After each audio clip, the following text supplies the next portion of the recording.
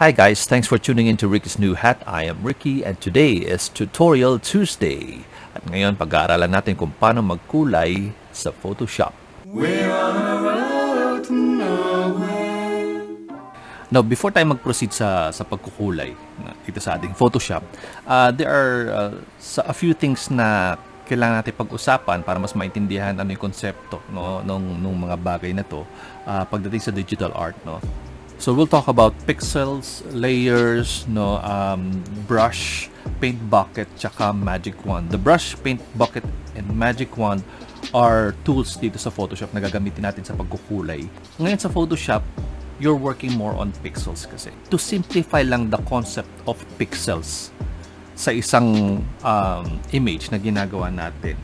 Alam niyo yung mga LED screen sa ginagamit sa mga stage, LED screens. Kung titignan nyo mabuti yung LED screens, hindi naman ito isang solid lang na parang screen lang na may nagpo-project dito. Pag nilapitan mo yung LED screen, ito ay gawa sa mga dikit-dikit na mga LEDs na nagpo-project nung image. Same thing with pixels. The image is measured by DPI or it's also called PPI. So sa isang inch, ilang pixels ang nasa loob noon. So the more pixels, the clearer. The lesser pixels, ito yung sinatawag natin nagpipixelate. When you zoom in, nagpipixelate. So one example is ganito. Let's draw a line and then zoom in. Yan. This is a line. Kung titignan natin mukhang solid siya, no? But if we zoom in sa line na to, the closer we get, especially dito sa Photoshop, pagka lumalapit ka lalo, doon nagiging visible yung mga pixels. It consists of squares actually. The further down we go sa edge ng line, nakikita nyo, nagfe-fade yung pixels. When you're working with vector, hindi ganyan ang itsura. Pag vector kasi solid lang. This is black, this is white. Nothing in between. Sa Photoshop, we're working on pixels kasi. I need to discuss this with you kasi pag in-apply na natin yung coloring method mamaya using the bucket tool, makikita nyo may effect yung pixels pagdating sa bucket tool. Normally, pag gagawa ka ng illustration sa Photoshop, acceptable na yung 300 DPI to compare naman ng actual photo. For example, ito. Kung titignan nyo ito, when we move closer, nakikita nyo nagkakaroon ng distortion sa mga edges. Actually, this is my illustration na dinownload ko from my DeviantArt page. And normally, when you download, mababa yung resolution ng image coming from the internet. Kaya makikita nyo, nagkakaroon ng distortion dito. Somewhere ng kulay. Dito, may mga guhit kayo nakikita. Okay, so ibig sabihin, mababa yung resolution na di-distort yung color information ng inyong image. What more if binabaan pa natin yan? So let's go to image size. Ang resolution niya is 72 ppi. So what if binabaan pa natin yan? Let's say 12. Ano maging itsura niyan? Ganyan. So ayan yung sinasabi nating pixelated. Para kang Sega. Parang Sega lang, para sa family computer lang, mga ganyan mga images yan. Okay? So, yan yung, ganun ka-importante yung, knowing what pixels is all about. Ano yung PPI, knowing what resolution is all about. Ngayon, yung sa coloring, you need to layer it. You're not working on one single layer na parang traditionally nagpe-paint ka sa isang canvas lang na lahat ng kulay mo nandun na sa isang layer na yun. If we're going to relate it to animation, yung mga old school animation like yun sa, for example, Disney cartoon. Di ba, unang ginagawa nila is yung background and then yung nasa transparent acetate ba yun ang ginagamit nila or whatever, dun dinodrawing yung ina-animate nilang character. So, that's another layer.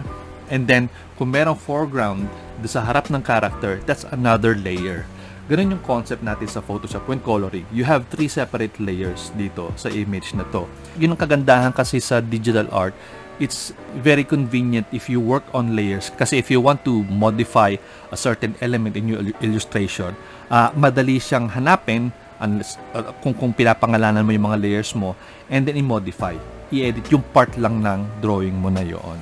Ngayon, ano naman yung significance nitong brush, paint bucket, at ng magic wand? Ito yung mga tools na gagamitin natin ngayon sa pagkukulay ng ating image. Okay, so let's begin. Nag-drawing na ako ng line art for this session para di tayo masyado magtagal. So, isang simpleng mukha lang. Ang gagawin natin, kukulayan natin itong image na to. When we're going to color, we should always color underneath the line art. This is the basic coloring method.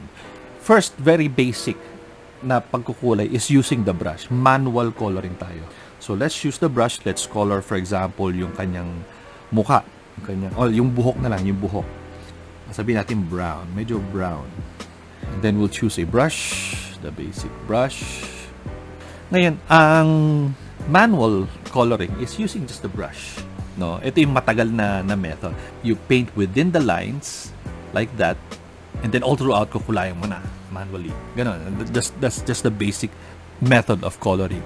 Isa sa mga method na ginagawa ko is I use the brush pero only on the edges ng image or ng area na kinukulayan ko. For example, the hair, no? For example, itong section lang muna itong kulayan natin. Yan, hanggang dyan lang. Okay. So, ginagawa ko, kung malaki yung area, I just color the edges and I use the paint bucket tool, which is itong parang balde, na parang paint bucket siya talaga na meron tumutulo. And then I color the insides. Yan. Mapapansin ninyo, merong guhit, no, naiwan na kulay puti. Yan yung pixels na sinasabi ko, yung pixel information. When you use the bucket tool kasi, kung ano yung dadapuan niyang kulay, lahat ng similar colored pixels sa paligid niya within that area, yun yung kukulayan niya. But since ang ating pixel ay hindi solid, sinasabi ko kaninang hindi sa Photoshop hindi solid yan, unlike vector, no, pero fade effect yan, no. So ngayon, itong mga parts na to, minamanual brush ko na lang yan. Ito yung mga hindi nakulayan ng bucket tool natin. Kaya baka magtaka kasi kayo, bakit ganun may naiiwan hindi na nahagip ng bucket tool. So yan. So what I do, I just manually color that. So that's one way of coloring, using the brush and the bucket tool on the immediate layer na kinukulayan mo. Another example is ganito. We use the magic wand tool. Sa magic wand naman, ang ginagawa nito is nagsaselect siya ng area. If I click on the area within the hair, isa-select niya yung lahat ng area na kino-cover noong line art na yon. In this method, kailangan mo munang pumunta doon sa line art mo. Kasi doon siya kukuha ng section na kanyang isa-select. If you use it on the layer, on the blank layer underneath the line art, isa-select niya yung buong canvas like this. Makikita nyo, nagdadat yung paligid niya because the whole canvas is selected. Wala siyang nakikitang boundaries na sinet mo. So we go to the line art, and then for the wand tool to determine ano yung kailangan mo yung kulay, it has to be within the line art na kino-cover like this. Now, in using this, you have to make sure na solid yung mga lines mo. Walang gap. Kasi otherwise, lalabas yung selection, pati buong canvas maseselect mo. For example, ito. Magbutas tayo na isa dito. Kahit ganyan kaliit lang. If you select the area, lalabas siya, makikita nyo, lumabas yung selection hanggang sa labas. And if you color it sa ilalim, ganyan na mangyayari pag may gap ang inyong line. So, you have to make sure na solid yung lines ninyo. So again, let's use the magic wand tool. Make sure na enclose lahat ng areas. Yan. Now, when you do this, titignan mo yung ibang area na hindi na-cover ng line art kasi may mga sarado kang linya. For example, itong nasa patilya niya. Hindi siya na-cover kasi walang lulusutan yung selection. So to include this in the selection, you press Shift and then makikita mo lalabas yung plus sign sa tabi or sa ilalim ng wand tool ninyo. Again, going back to the pixel, yung hindi pantay-pantay na kulay na pixels. Pagka kinulayan natin to, without doing anything about it, sinelect mo lang, may lalabas pa rin puti. Watch.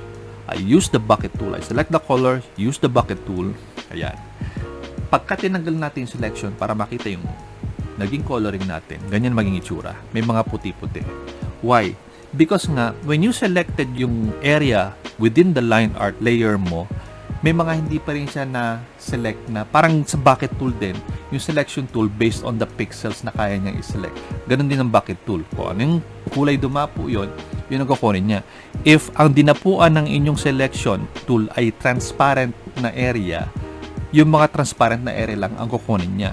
But since yung mga sections ng line art na yon, as I've said, di ba, may mga gray, because pa-fade nga from black, gray, papunta sa white, hindi niya mako-cover yung mga light areas na yon.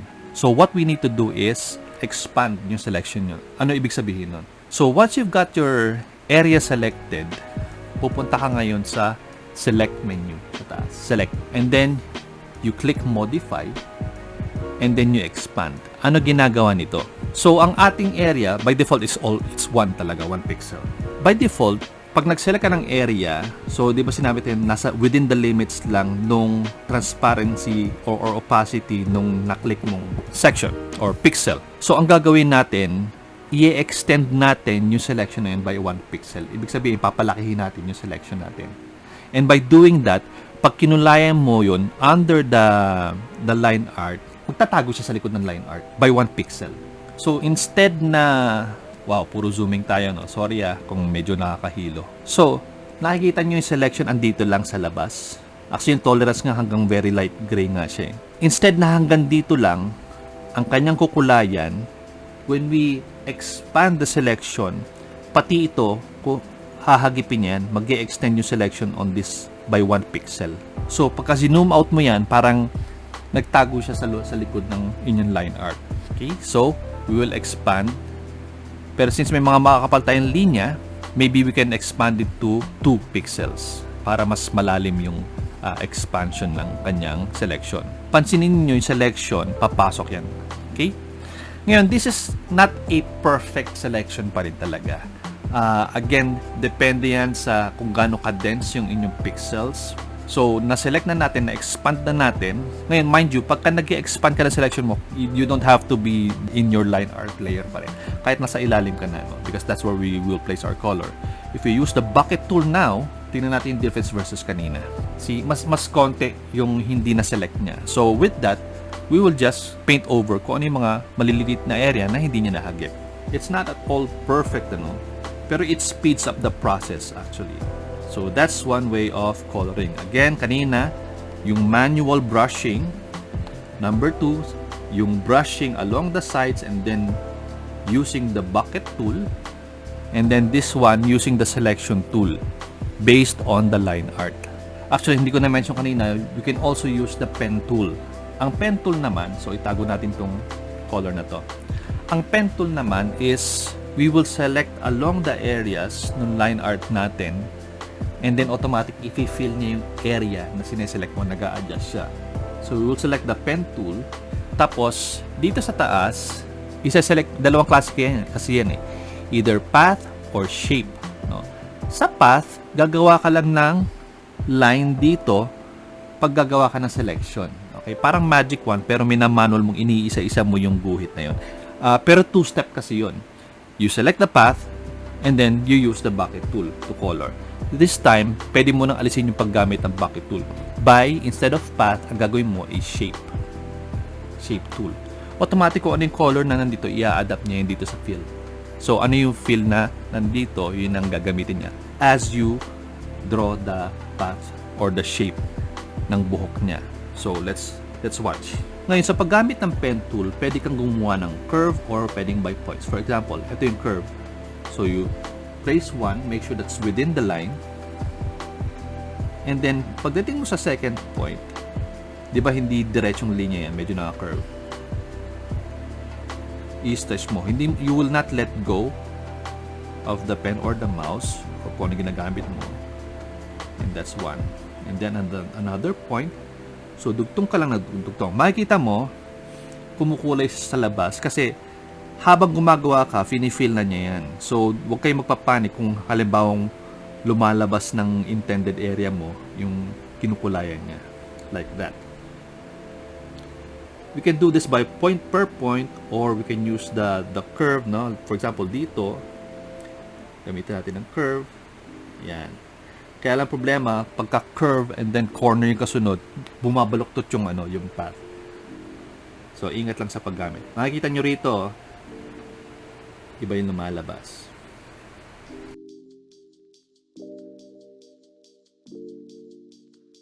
Yan. So, malapit na tayo sa first point natin, magko-connect na siya, and there you go. So, you press enter lang, it's already a shape. So, ano itsura niya? See? Solid. Okay?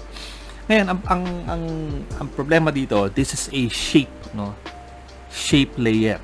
So, ang gagawin natin, para pareho siya ng behavior with the other layers na pwede mong i-paint over, kasi sa shape, pwede mo siyang palitan ng kulay dito, pero hindi mo siya pwedeng pintahan yung color na yan, no? So hindi mo pwede i-modify freely. So what we need to do is we need to rasterize tong layer na to para kapareho siya na iba. So you just click, you right click on the layer and then you find rasterize layer. So kumbaga pareho na sila ng unang ginawa natin. So yan, that's coloring using the pen tool. It's basically many steps, no? Ang dami, medyo mabusisi pero pulido yung pagkakakuha mo ng shape ng inyong image. For me, pinakamabilis yung using the magic wand tool, pero mas sanay ako dun sa using the brush tool on the sides and then using the paint bucket tool to fill it and then konting retouch na lang. And then let's color naman the skin layer, and this time we'll use the brush and the paint bucket tool. So i-speed up ko lang ang ating process. Yung next color natin should be on top of the skin layer because ang kukulayan natin ay ang kanyang hikaw. So this time, yung eyes naman ang kukulayan natin. Ako minsan ginagawa ko, iba yung kulay ng whites of the eyes, ibang layer yon, and then ibang layer din yung yung kanyang mga pupils. So yun ang gagawin natin ngayon. Ang puti ng mata natin, hindi naman siya perfect na puti, no? It's grayish actually. Let's color her eyes brown na lang, brown.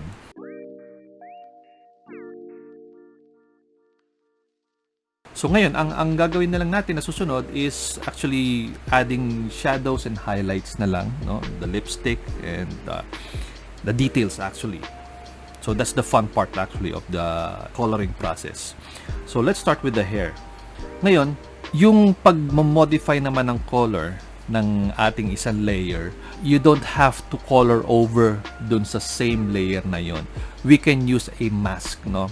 So, sa layer ng kulay ng buhok natin, we'll add another layer on top of it. Ngayon, we will clip that doon sa layer sa ilalim niya. Hanapin niyo yung create clipping mask.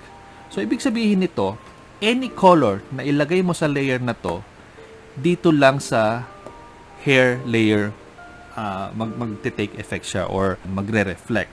When you create a clipping mask, yung mag-a-appear yung layer na indented and then may arrow siya nakaturo pababa doon sa layer na siya ay merong effect. So, pipili tayo ng kukuha natin kulay ng buhok by getting the eyedropper tool. We'll add shadows. So, ito ibig sabihin ko dito. If I scrub my brush outside of the hair, wala ka makikita. Pero, pagka pinaint over mo na, kita mo,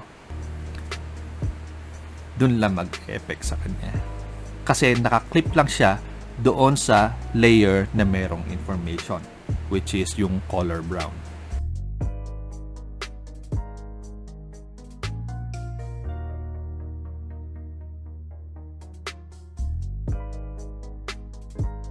Ayan, so we created the shadow layer. Now we'll add the highlight, and then we'll create another layer, no?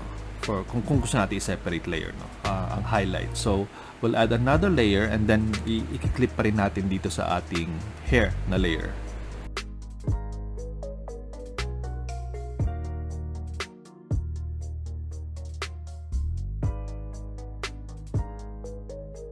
And then we'll color naman the skin. We'll find the skin layer. Again, anong gagawin natin? Mag-a-add tayo ng layer on top of it, and then we will right-click on that, create clipping mask.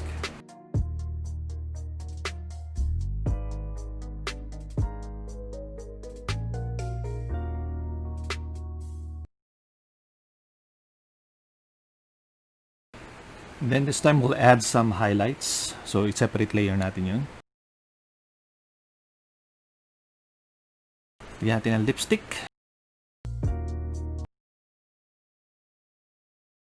And then maybe let's add some blush. So itong kanyang pupil, hindi tayo mag-a-add ng ng layer sa kanya. You will just lock the transparency. We'll discuss that in another time. Yung paglalak ng transparency. Yung paglalak kasi ng transparency, wag na natin pagpaliban, no?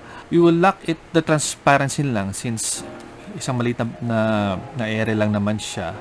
Is itong square na to. You lock the transparency para ganun din ang effect. Parang you're creating a clipping mask but you're working on the same layer. So, for example, if you put red there, yun lang yung layer maapektuhan. Nakalak yung transparency niya without affecting the pixels around it. So, ang gagawin natin, we'll just lighten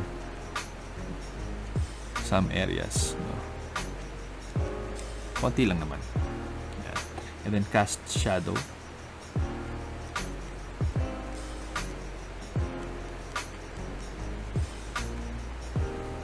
And then the iris. Ganun din, ilock na rin natin yung transparency niya.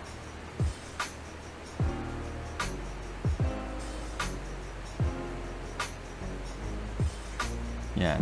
Kaya ako gustong sineseparate ng layer yung iris do sa whites of the eyes para I can work as loose as this without worrying na maapektuhan yung puti.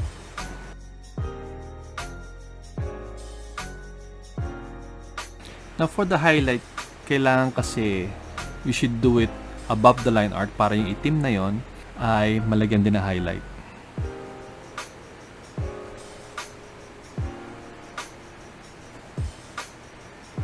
Isa pa siguro. So let's darken the shadows pa ng kanyang skin sa ilong.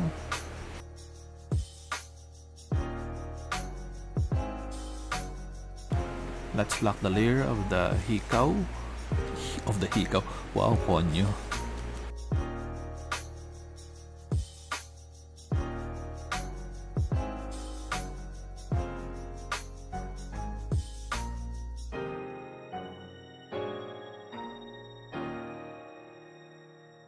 Alright, so that's my process of coloring using the brush, the pen tool, magic wand tool, and the paint bucket tool, and then using the clipping mask. That's important also, no, when you're coloring. So I hope you were able to pick up. Balikan nyo lang yung mga gusto nyong balikan na points sa video na to. Thank you so much for watching, and hope to see you again in the future, and we will be discussing more advanced techniques naman. In our next episode, it will be fun, I promise. Now, we'll be trying out unknown brands na art materials. Okay, so till then, thank you so much. Keep on drawing and have a nice day.